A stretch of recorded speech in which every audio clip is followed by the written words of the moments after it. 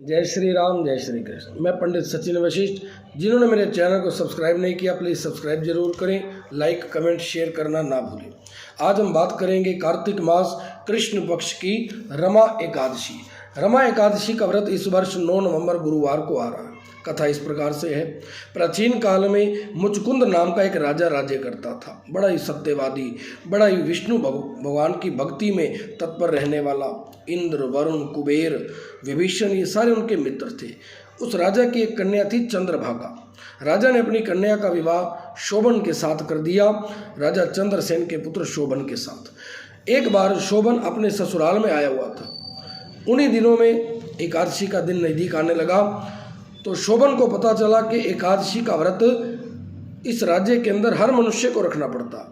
चंद्रभागा से पूछा तो चंद्रभागा ने कहा कि स्वामी ये सत्य है, मेरे पिता का आदेश है कि एकादशी के दिन कोई मनुष्य अन्न जल ग्रहण ना करे।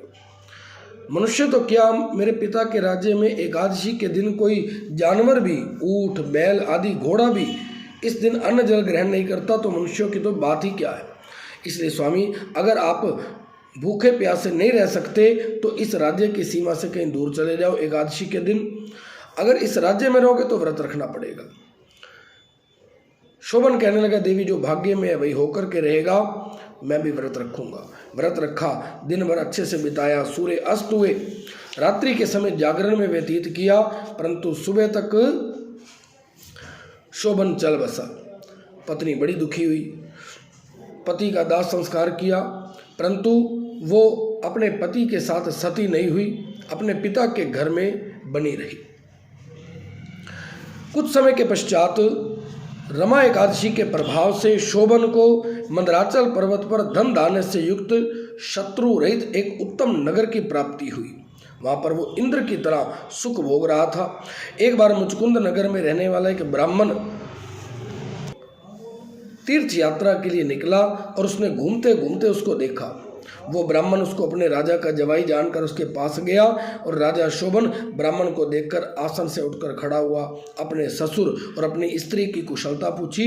ब्राह्मण ने सब बताया कि सब कुशल से, आप बताओ ये ऐसा विचित्र सुंदर नगर आपको किस प्रकार प्राप्त हुआ, ऐसा नगर ना देखा ना सुना।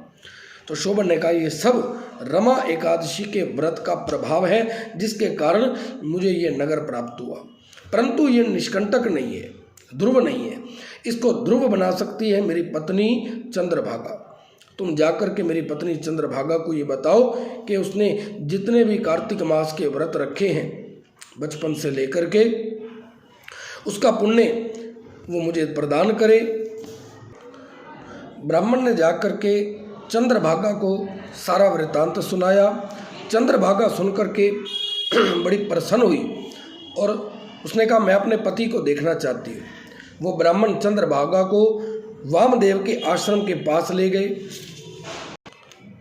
वामदेव ने चंद्रभागा की कथा को सुनकर मंत्रों से उसका अभिषेक किया। चंद्रभागा मंत्रों और व्रत के प्रभाव से दिव्य देह धारण करके अपने पति के पास गई।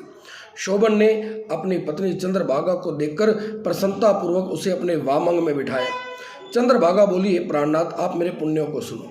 जब मैं अपने पिता के घर में थी, 8 साल की थी, तब से ही मैंने सविधि एकादशियों का व्रत रखने लगी हूँ। उन्हीं व्रतों के प्रभाव से मैं आपके नगर को ध्रुव बना दूंगी और समस्त कर्मों से युक्त होकर प्रलय के अंत तक ये नगर रहेगा। चंद्रभागा दिव्य स्वरूप धारण करके दिव्य वस्त्र अलंकारों से सजकर अपने पति के साथ आनंद पूर्वक रहने लगी और शोभन उसके साथ आनंद पूर्वक जीवन व्यतीत करने लगा। हे राजन, ये मैंने रमा एकादशी का महात्म कहा। जो मनुष्य रमा एकादशी का व्रत करते उनको समस्त ब्रह्म हत्या आदि पाप से भी मुक्ति मिलती। जय श्री राम, जय श्री कृष्ण।